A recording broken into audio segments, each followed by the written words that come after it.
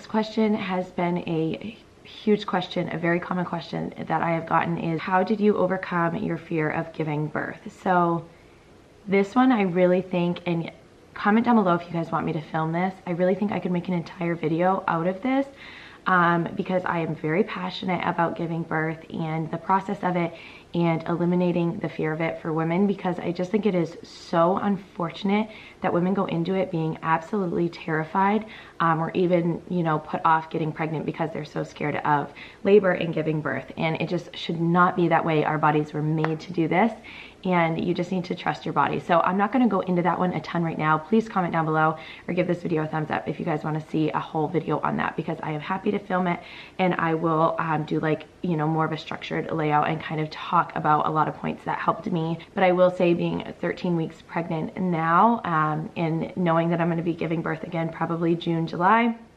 I'm actually looking forward to it so much. Like, I'm so excited to give birth again. I think it's an amazing experience. It's obviously extremely hard, but I'm like, truly, I'm not lying. Like, I really am looking forward to it. So yes, you can overcome it. I will just plan on making a video on that. The next question is how to handle unsolicited advice.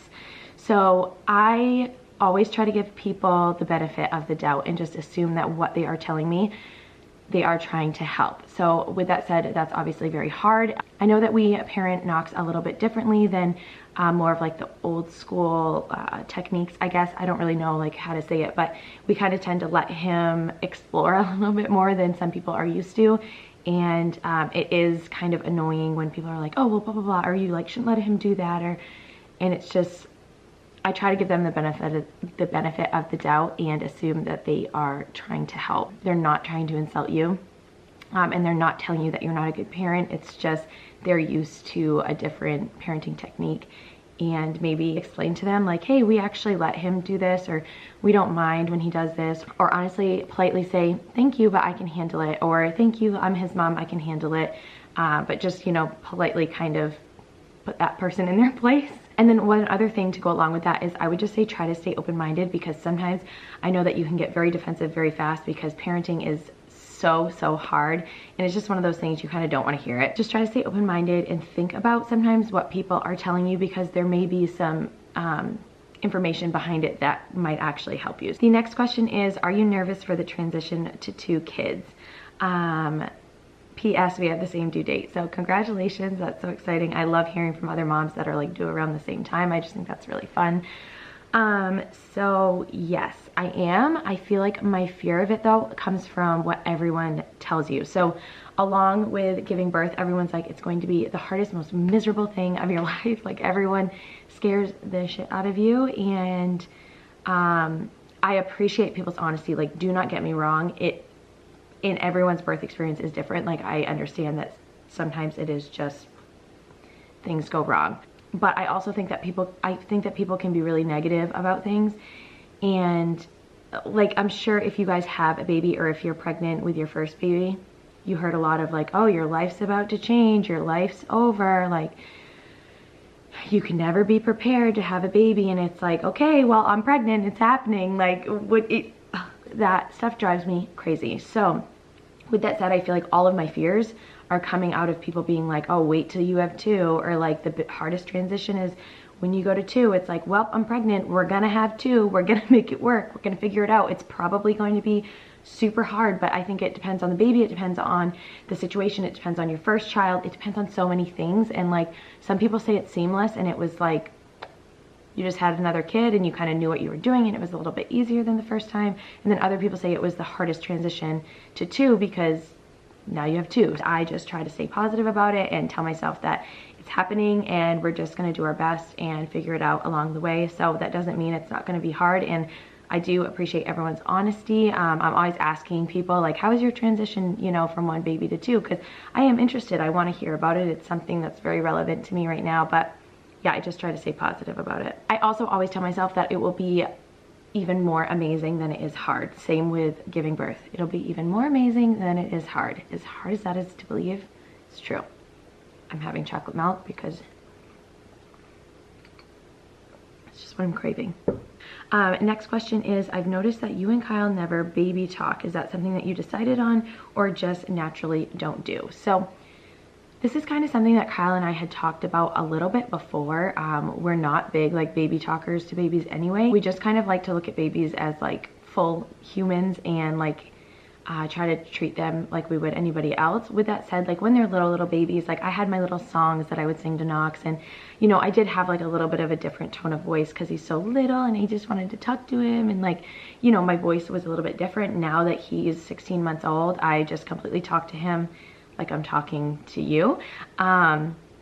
So yeah, we had kind of decided that that's what we wanted to do. I really think that it helps with their intelligence and their understanding of what you're saying. I will use pretty long sentences with Knox to tell him what we're doing that day, or if I'm asking him to do something. And generally he knows what I'm talking about. And I think it's just because I've talked to him like that for a really long time. But yeah, we just don't really see any positive benefits to the baby talk. So we try to just treat him, you know, like he understands what's going on. And it's very clear if he doesn't understand what I'm saying, and I'll try to rephrase it. But the other day he came in from playing outside and I said, hey Baba, can you bring your boots over into the mudroom?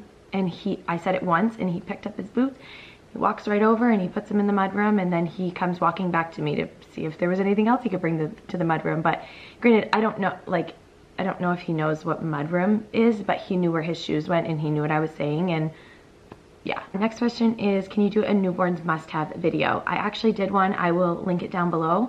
But I plan to possibly do something similar with the second baby, like newborn must-haves for baby number 2, or things that I will be buying differently for baby number 2, something like that. So stay tuned because I will be filming something along those lines. Next question is, what bassinet did you use? So we did not use a bassinet. He actually slept in like a little sleeper in our bed. I'll link what we used down below. It's not recommended for them to sleep in. So this time around, we're going to be getting the Snuggle Me Organic, which I will also link down below. And we will be putting it in a bassinet, and I will link that one down below. It's super, super cute and like a simple design. So I'm excited, and yeah, it'll all be linked down below. Next question is, any boy tips? Mine is due in February. Okay, so I love this question. Obviously, gender questions, like it all depends on your child. So anyone who has a girl who has boy tendencies, who is, you know, very active and maybe wild and daring, you know, all these things that boys are, do not take offense to this at all. But I do think that if you look at like scientific studies, boys have certain tendencies and girls have certain tendencies as babies, just in general. So I would say, first of all, congratulations. That's super exciting. The first thing that comes to my mind is to relax. It's fine. They're fine. It's all gonna be fine. Let them be who they are. Let them explore as much as you can possibly handle. I get so many questions about, how did you teach Knox to do the stairs so fast, you know, from such a young age? How did you teach him to, I don't know, get up and sit in a chair from such a young age, like stuff like that. And honestly, it was from taking a deep breath, not being nervous, and letting him explore. He wanted to explore the stairs. So we would go, you know, up and down the stairs, and we had a small set of stairs outside of our house. And one day I got like 3 or 4 thick blankets and I brought him out. It was in the summertime, and I laid him like on the stairs and kind of like below. So it was like really hard for him to get hurt. I don't even remember how old he was. He had just started crawling. Oh my gosh, 7.5 months old or something. And I let him go up the stairs and kind of fall down the stairs, and just kind of figure them out. But I didn't show him, I wasn't holding his hands or like saying do this, do that, but just by his instincts, he kind of learned that the best way to go down was to swing his swing his legs over the first step and go down on his belly that way, feet first. And he just goes up and down the stairs kind of as he pleases. Knock on wood, it worked out for us. I just completely went on a rant and like answered another question, but yeah, just relax, breathe. It's going to be okay. Boys are so much fun, and just let them explore. That is for any gender baby. Let your baby explore as much as you possibly can. If they're not doing anything wrong, and they're not doing anything, you know, severely dangerous, like try to let them explore. Next question is, any guilt for a second baby? We want one, but the guilt is killing me for wanting this. To be honest, I haven't faced any of this yet. I've heard this a lot from moms who are pregnant with their second baby or thinking about having another baby, and I haven't had any guilt. I'm very close with my siblings. I have 3 brothers, an older brother and 2 younger brothers, and I'm very close with all of them. So I can't imagine my life, as a single child. I just think that siblings, I'm getting a little emotional. Pregnancy hormones. I just think having a sibling is the best gift in the entire world. I just feel very excited for Knox. I think this is, wonderful for our family. We're so lucky. We're so fortunate to be able to have another baby. So I'm just super thankful to be able to give him a sibling. And that's just kind of how I look at it. I don't have any guilt yet. And maybe that will come later when it comes closer to having the baby. Maybe I'll feel some guilt. I feel like you're welcome, Knox. You're welcome for doing this all over again so that you can have a sibling. The next question is, how do you teach your toddler things they shouldn't do, like play in the toilet, touching the stove, etc.? So I feel like those are 2 different examples and very good examples, because obviously that's like something every child's interested in. So the toilet is dirty, so obviously they cannot play in the toilet. Like, that is a health hazard. So yes, we need to draw a line there. So what I do with him is I just say, no thank you, the toilet's dirty, not to play with, and I'll just kind of remove him, shut the toilet, and try to guide him out of the bathroom. Obviously sometimes that leads to a tantrum. I just repeat myself a couple times. If it doesn't work, no, please don't play in the toilet. Something with the toilet or anything that's like dirty or unsanitary that they're playing with, he's obsessed with the plunger, which we bought him one from Target, so he does run around with a brand new clean one sometimes, but he does grab the actual plunger sometimes. And after doing this, I'll be like, okay, now we need to wash our hands. And he enjoys washing his hands so much that it kind of distracts him and then moves on. But that could backfire, because then they could be like, oh, every time I play in the toilet, I get to wash my hands. So it depends on your child, but generally I just speak to him like a human and I say, hey, not something to play with, this is dirty. If your child is like super persistent and literally will not keep their hands out of the toilet, I would honestly just get a lock. I mean, that's just what I would do. There's the stove. If the stove is not hot, I kind of let him play in it. He'll usually look at me when he grabs the handle and I'll say, it's not hot right now, you can play. It's not hot. I don't really see any harm in letting him play in the oven. He sees us use it. He knows what hot means. I'll just explain in a minute like how we enforce what hot means. But obviously when the oven's hot, I tell him, hot, do not touch right now. We will probably put a lock on ours when we get into the new apartment, just so that when he does kind of like ask for permission to play in it, I can unlock it if it's not hot, but just in case, I'll lock it back up. I'll leave the child locks that we use down below. Yeah, I'm just honest with him. I just tell him it's not hot right now, you can touch it. The way we kind of taught Knox what hot was, we had a fireplace in our house. We would sit next to him and we'd sit with him in front of the fire and we'd say, this is hot. Do you feel the warmth that it's hot? And we tell him we don't play around it when it's on. It's very hot. And he actually like really enjoyed learning about it being hot. So every time we'd like go into the living room, he'd like ask us to turn it on because he could tell it wasn't hot. And then we turned it on and he'd tell us hot, hot. And he'd walk by the fireplace, like going to get a toy, and he'd walk right by it and like feel the heat, and he'd look at Kyle or I and be like, hot, like telling us like, careful, it's hot. So that was one of the ways that he learned what hot was. Another thing that we did was I would serve him warm food that was like, you know, fairly warm, something he might not want to hold.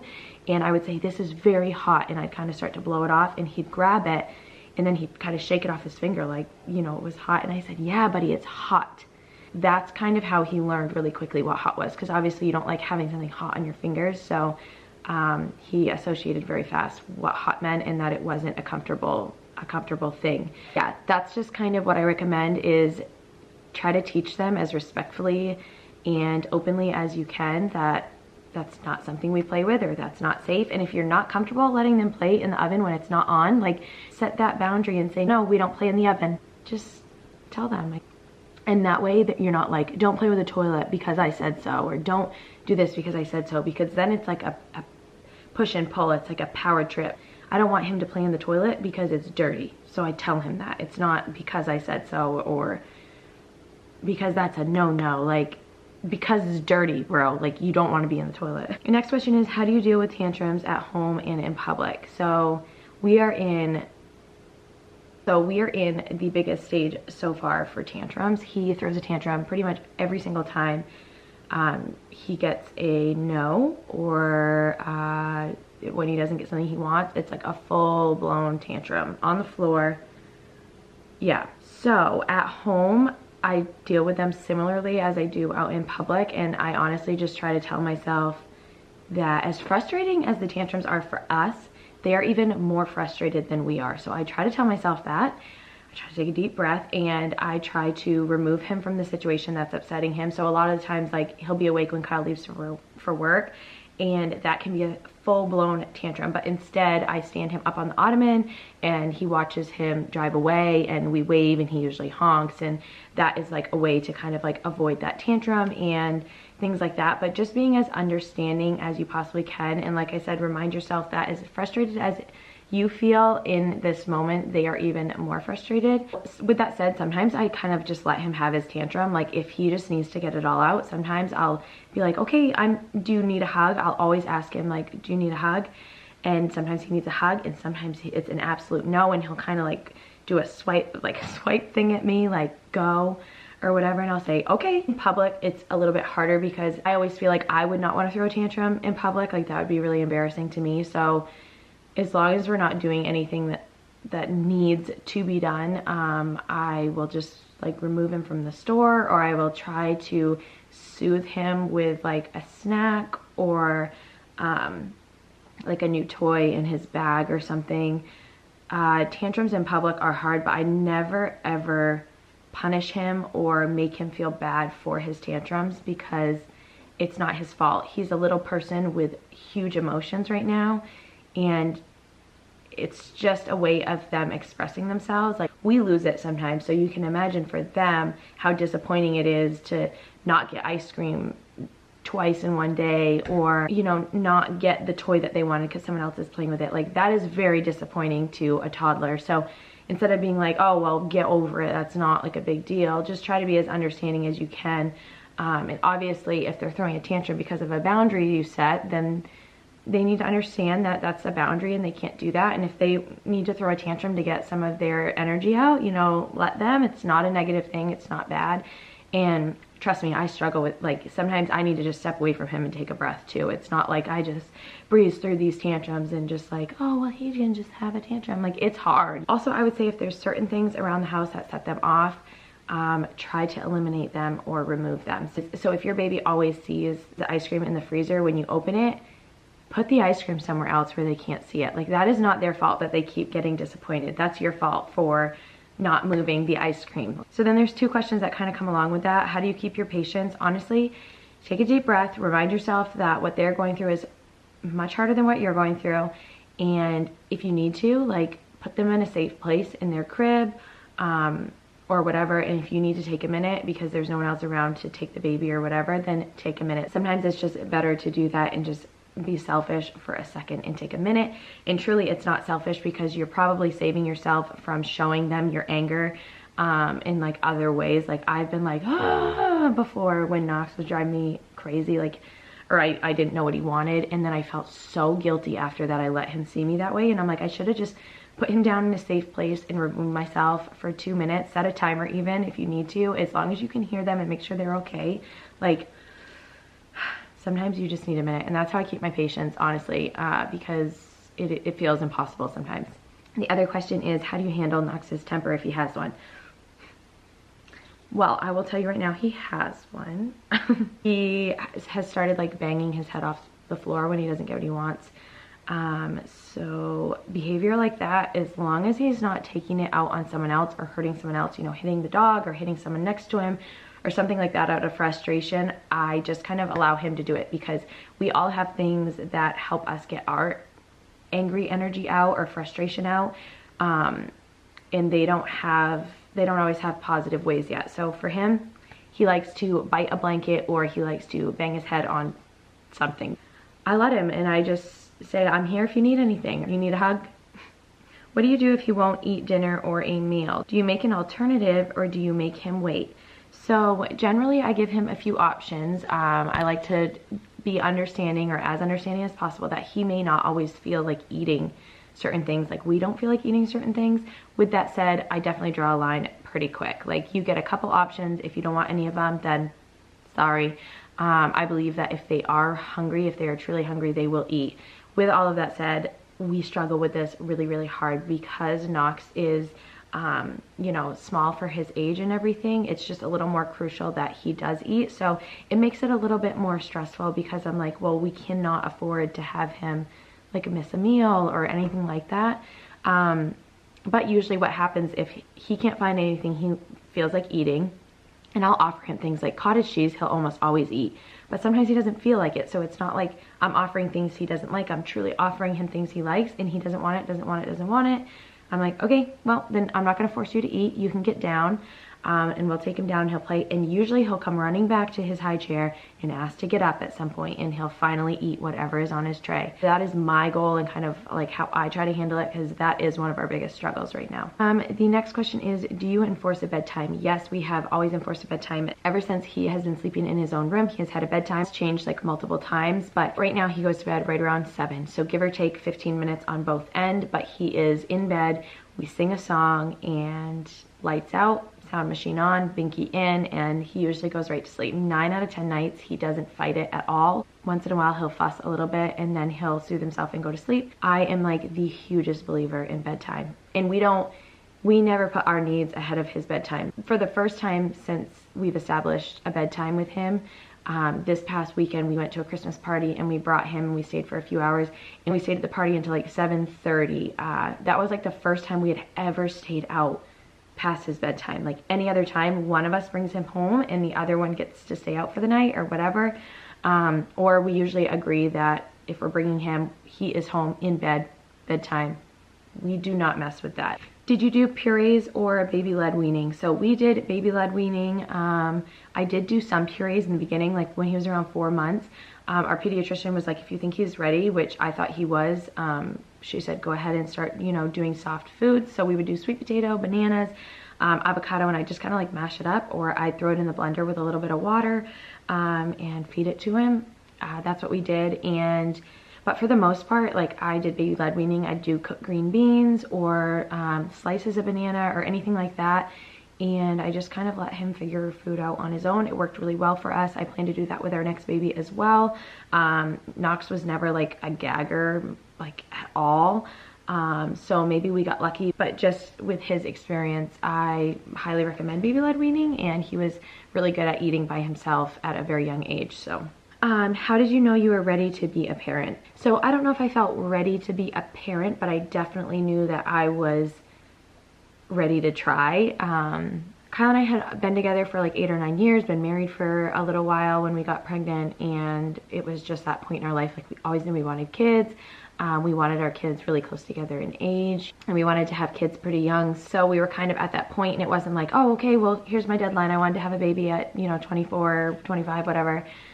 It was just kind of like we really truly just felt like this is the next step in our relationship. We felt ready for a baby, and we were like, we'll figure out the parenting thing as we go. And you have, remember, 9 months while you're pregnant to do as much research as you would like, or decide not to do or whatever, but you do have time to prepare to be a parent.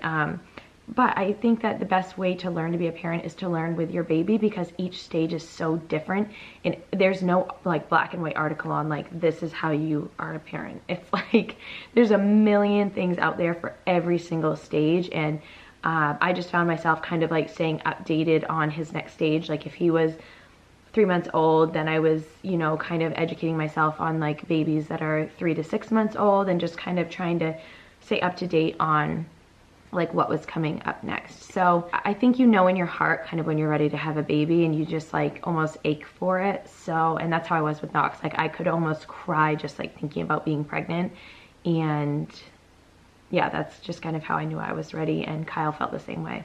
Have you guys experienced separation anxiety with Knox? How do you handle it? So we always say goodbye, like with Knox. Yes, we have.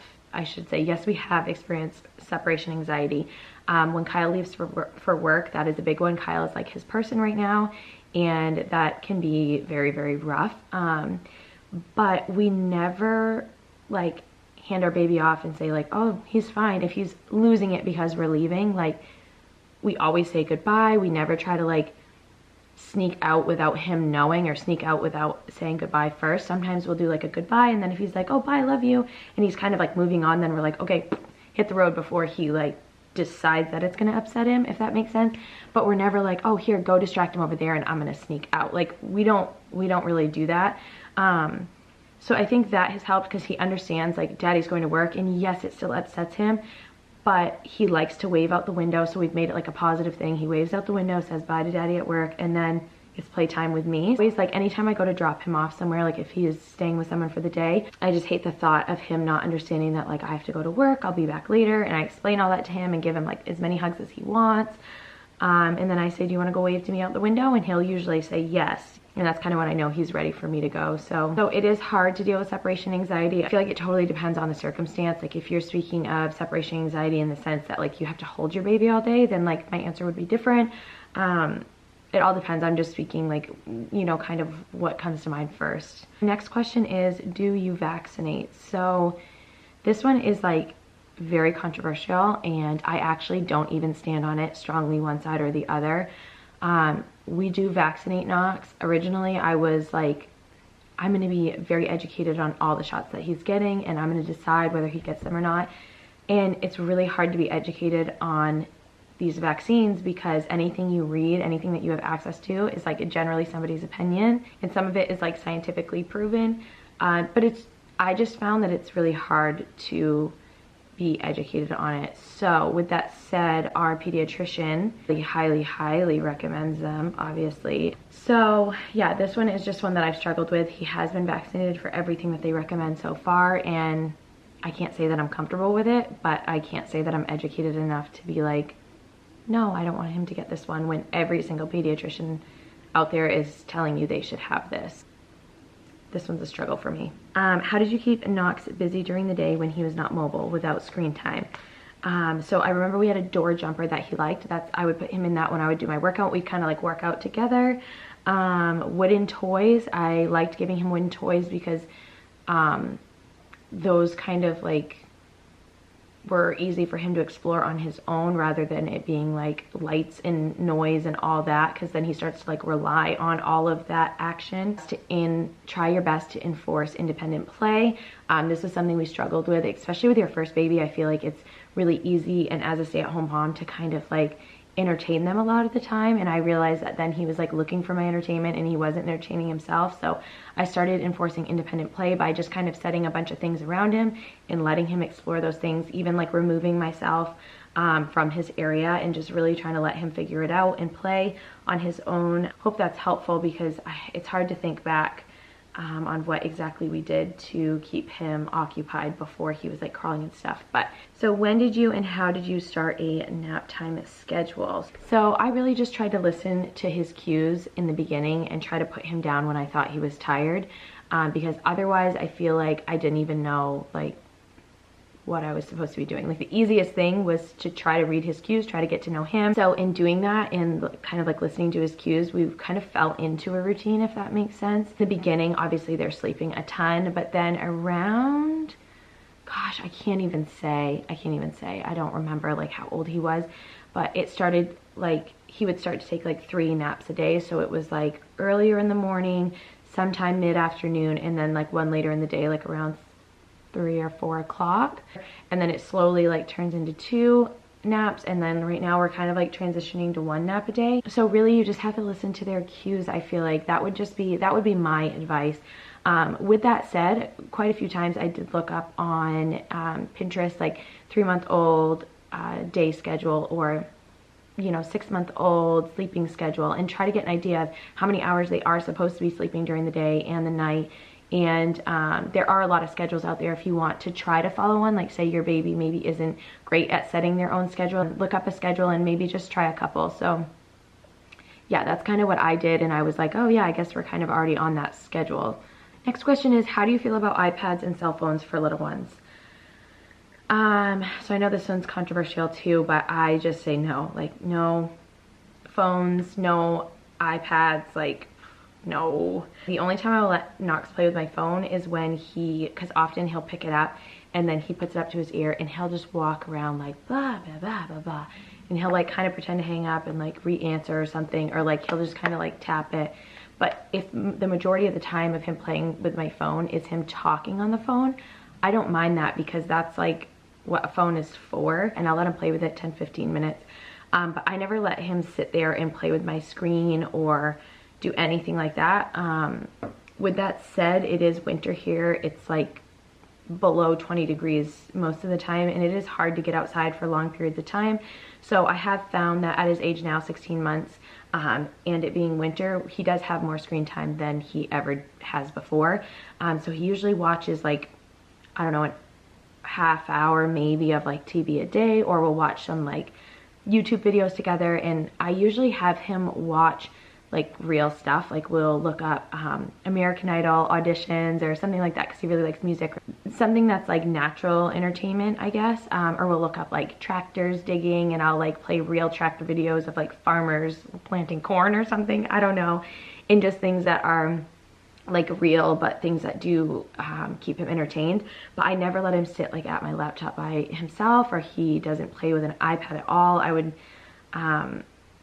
I was just talking with my dad last night, like an appropriate time to get your child a cell phone, and I'm like thinking high school is like an appropriate time. We do not plan to get him like electronics anytime soon. The only time that I can like kind of see an iPad or something being an option for us would be if we were like traveling on a long plane ride or something with Knox, and say he was 4 or 5 years old or something, then maybe bringing an iPad for him to like watch a movie, because that's going to be really hard for him to just sit still for so long. So that would be something to help him get through the flight, if that makes sense.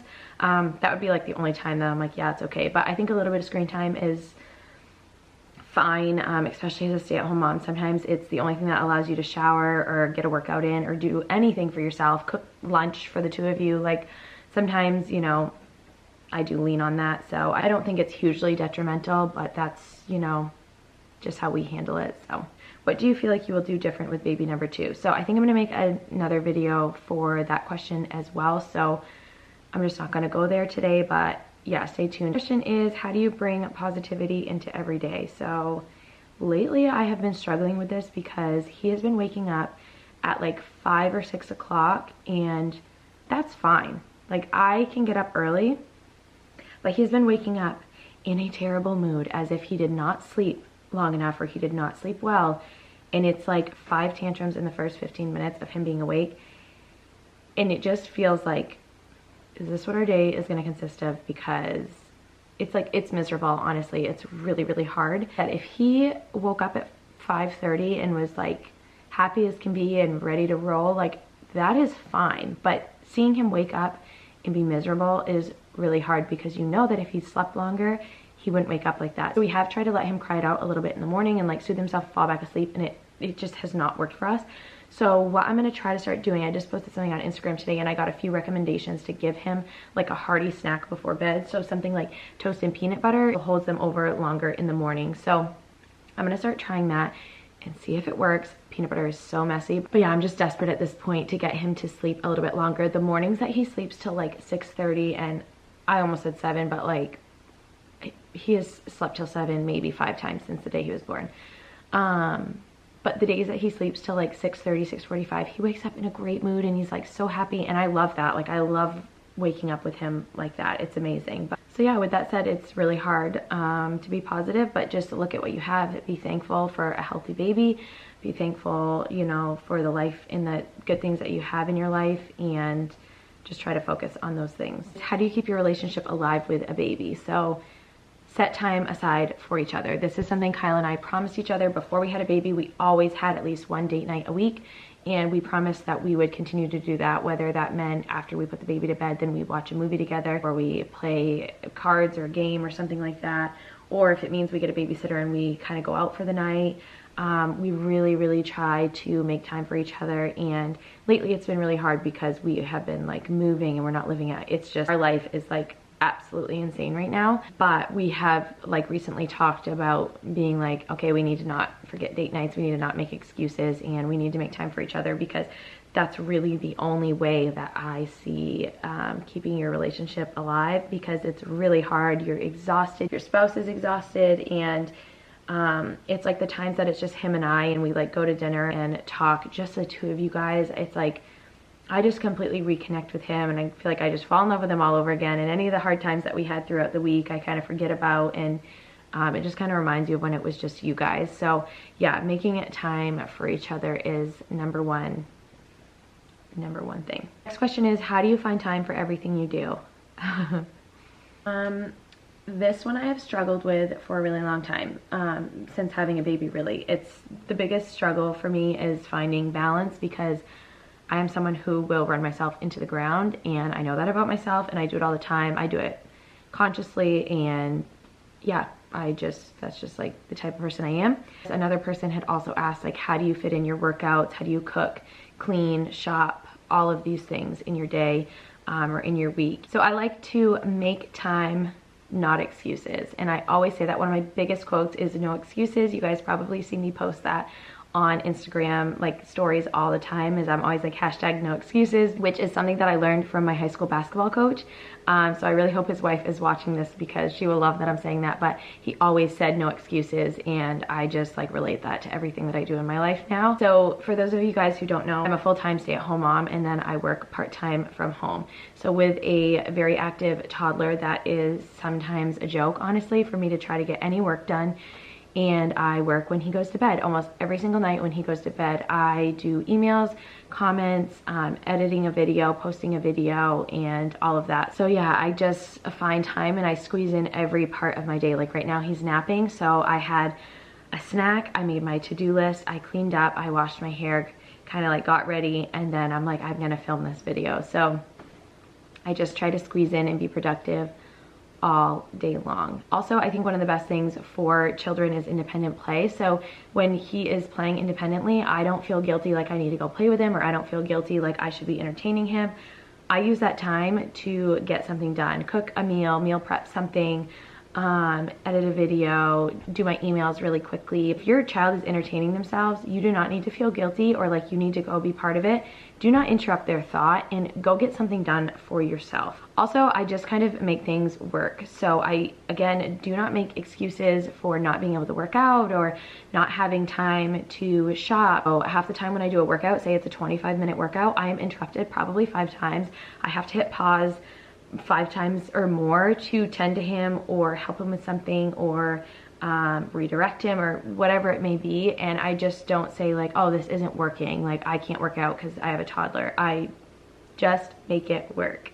So I could actually go on and on about this too. So this is like leading me to a bunch of video ideas. So if you guys would like to see a video on how to get it all done, then comment that down below and I will also film a video for that. The next question is, do you still give Knox bottles? So if you mean like, does he have milk still like in a sippy? Yes. We really try not to give him like Bubbas anymore, like actual nipple bottles, just because we'd rather him, you know, move towards a sippy cup or something else.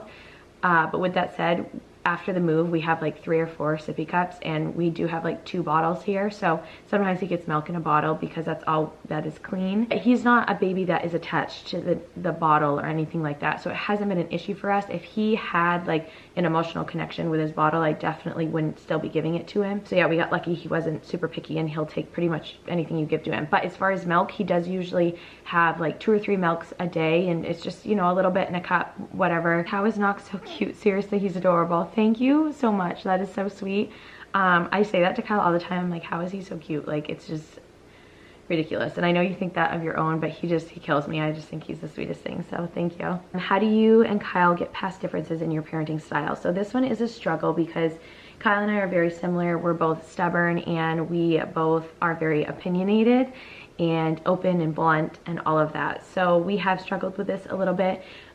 With that said, I think just sharing your side, sit down, take time after you put the baby to bed, sit down and take time to kind of share your sides, because they may have points that you haven't thought about and you may have points that they haven't thought about, and just kind of discuss and explain why you believe it should be done or said one way, and then kind of figure out how you're going to handle it from that point on. That way it's not a constant battle every time it happens. Like I said, we do struggle with this. It is hard, but for the most part, we are on the same page. There's just like a few things that we handle differently, and you know what? Sometimes it's okay that you handle it differently.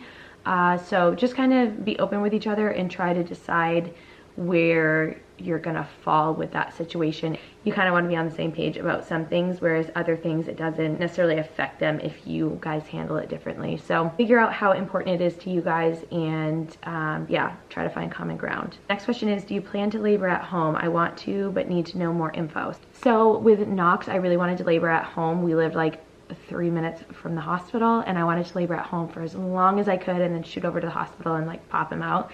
And that did not happen because we went in because my water broke. She wanted me to come in, but I didn't realize that that meant I was admitted into the hospital, because you pretty much have 24 hours to deliver once your water breaks. So I was pretty disappointed, because I was like, oh, I'm just here to like get checked and then I'm gonna go home and labor. And she's like, no, your water broke, so like you're here. And I was so disappointed, because like I said, I really wanted to go home. So with this baby, I do hope to wait it out a little bit. I know there's some, you know, like safety things with your water breaking and the baby, so they do like to know if your water broke and all of that. But I would love to labor at home. I do not want to give a home birth, but I would like to labor at home more this time. So yeah guys, that is absolutely it for today's Q&A. I really hope you enjoyed this video or found it helpful. If you did, make sure to give it a thumbs up, subscribe if you haven't already, and I'll see you in the next video. Bye guys.